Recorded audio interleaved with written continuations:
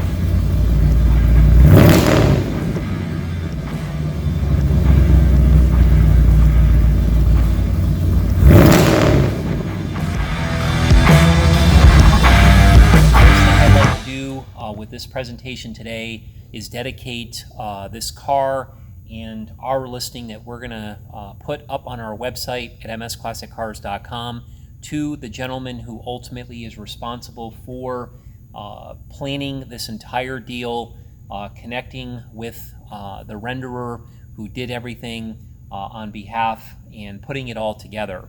His name is Terry Stinehelfer, and he again is the person I'd like to dedicate this car to and our listing to. To start with this particular car here, this is a car that has great history. All of the history is documented in this binder that we have here.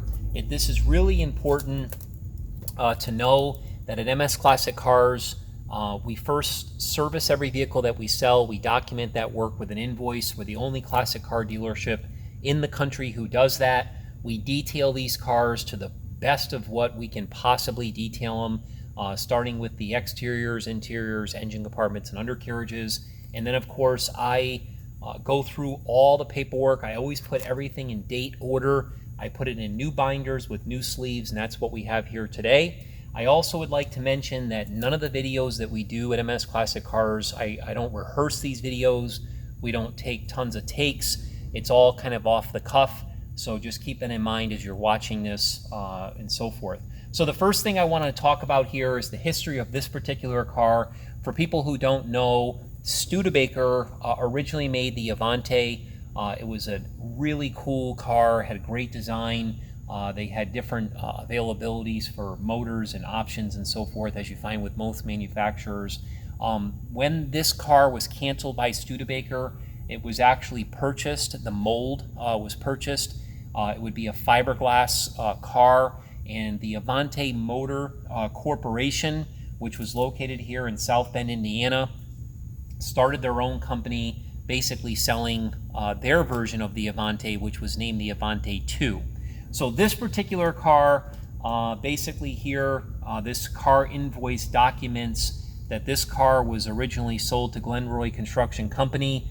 The gentleman's name was Jeff Jones, who actually purchased the vehicle on behalf of the company. You can see all of the options that this had. It was a pretty cool car. It originally had a 400 cubic inch engine with a 4-speed manual transmission. It was loaded with features. It was $11,561. That is a ton of money back in 1973 when this car was purchased. It was actually bought February 24th of 1973. So that car invoice is included with the deal. This is the original line setting file copy from Avanti, which again goes over the information. It tells who ordered the car, kind of like a factory order sheet, if you will. And then this is actually an addendum to the original owner's manual, just with some things that they go over regarding mechanics and such. What we have here is documentation to support that Jeff Jones still owned the car, at least until 1978, based on some of these original receipts we have. We have a new owner who's actually in some of these invoices here. Cecile, that person actually owned the car from what we can document. It looks like somewhere around 1994. And then I have some invoices which show this gentleman, Max, who purchased the car. We can document that he owned the car here at least until when these invoices are done in 1998. The gentleman that I mentioned earlier, Terry, that I want to dedicate this car to, he, from what we've gathered, received this car, purchased the car somewhere around 2006. So I believe that this vehicle is somewhere like around a 4-owner vehicle. We, of course, bought the car directly from Terry. So that's kind of the whole story of the car. All this information is included. So here's where the story gets really interesting. I pulled this off of the internet. I actually dealt with Terry's brother because Terry has passed, kind of brought it from his estate, if you will. So a lot of this information I had gotten from the brother, but this is actually this really cool deal here that Terry had put together that just shows some of the things that he had found on the internet regarding the Avanti and what was believed to be a Stinger. So just real quickly here, the Avanti Motor Corporation has announced plans to produce an Avanti Stinger, a special performance version of the Avanti II. They talk about the president of the company going into a little bit more into a special model, naming it the Corvette, using it for the Corvette Stingray engine. It will offer a complete performance package as standard. It will include a 350 Corvette maximum performance engine, Hurst 4-speed shifter, performance exhaust, twin traction differential, and power steering. So the Avanti did have motors that were made by GM.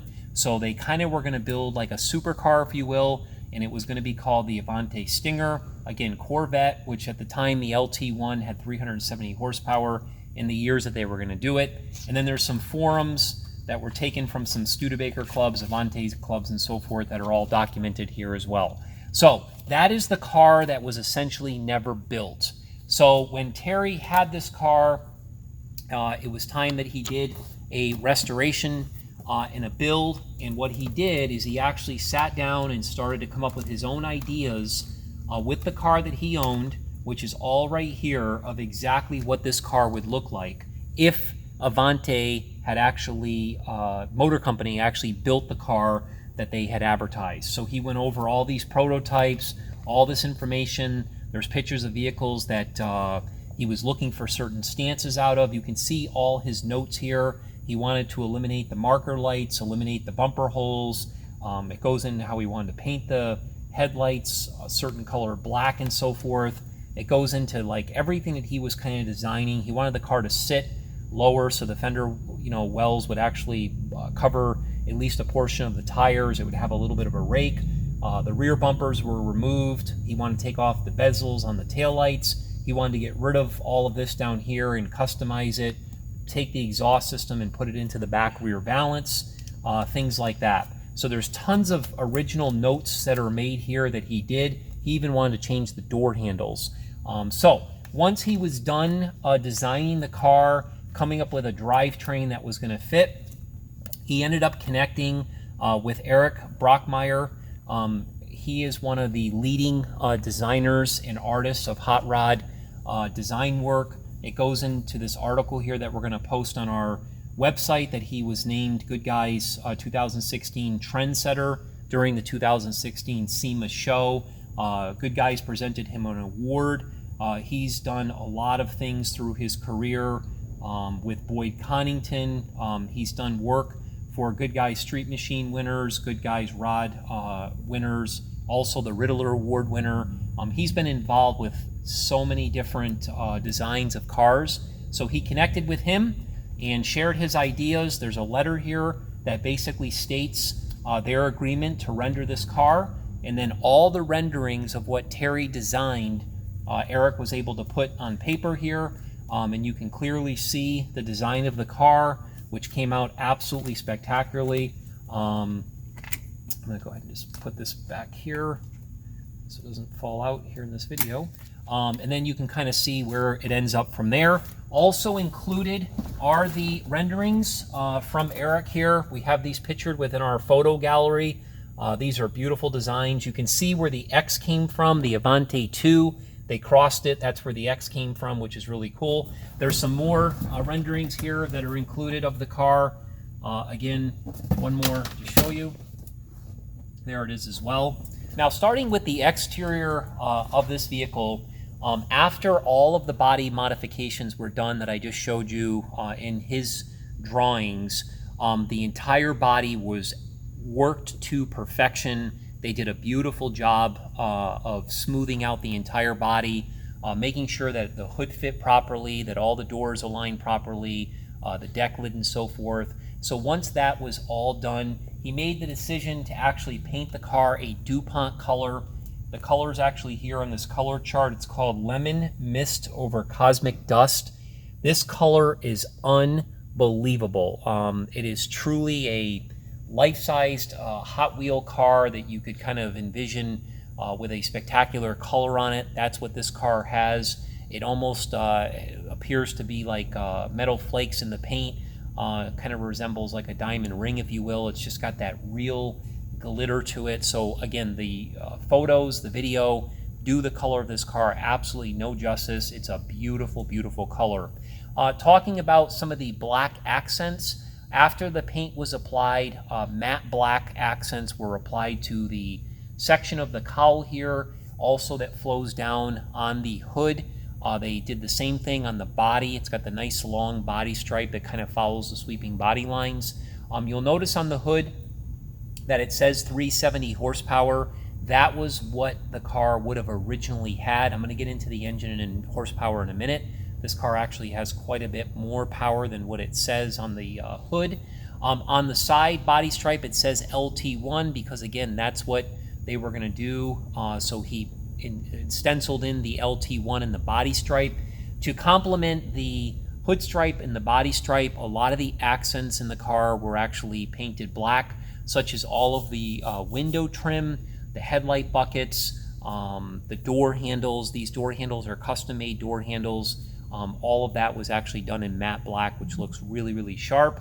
Decals were applied that say Avanti Stinger to the front end, to the rear end. There's also some other decals like on this quarter gas cap that's on the side here. It's actually got a functioning quarter mounted gas cap with filler and everything that works awesome. It's really cool. So all of that really, really flows together. The exterior glass is all brand new. It was all replaced. It's actually PPG glass. The glass is all tinted. It gives it that perfect look with the color of the paint, the black matte, and the kind of the lightly tinted windows. It really flows together well. It even has the Corvette flag emblems on the fenders. Again, getting into the whole theme of the car, it just kind of flows together. The car does sit on American Racing 17-inch wheels. The wheels are 17 by 8 in the front and 17 by 9 in the back. The wheels are actually wrapped with Redline tires, which fit it perfectly. It gives it that really authentic look, nice little rake to it. It just really has a super look on the exterior. Getting into the interior, which I gotta say, being in this business as long as I've had and having some of the most amazing cars over the years that we've had here, this is one of the most richest interiors that we've ever had in a car.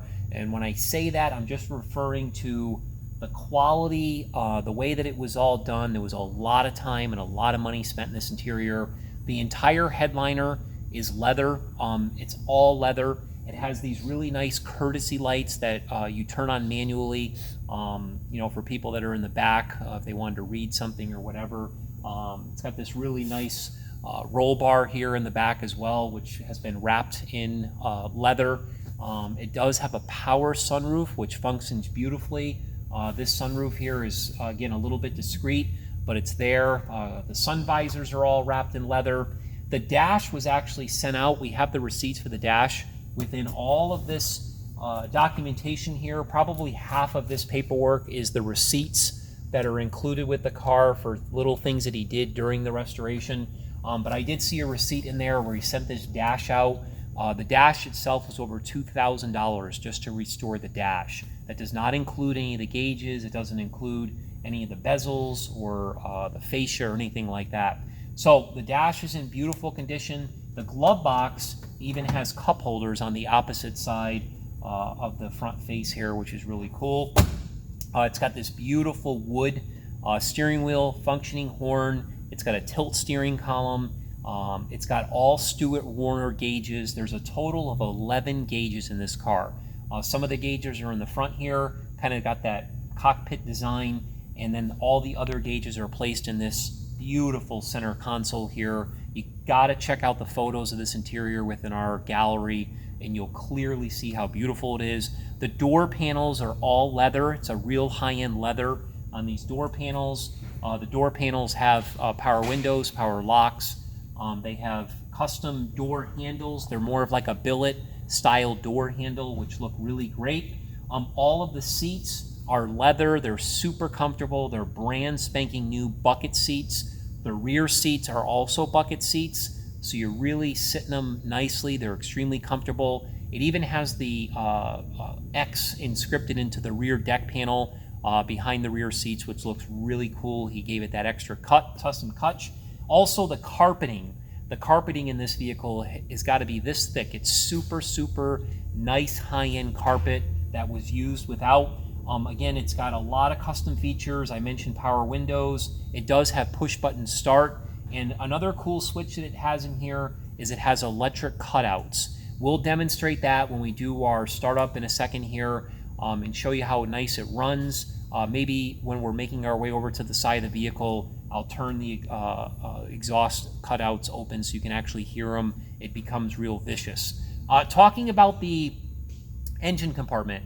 The engine compartment is really clean and simple. It's nicely detailed. Behind the backside of the hood is a satin black.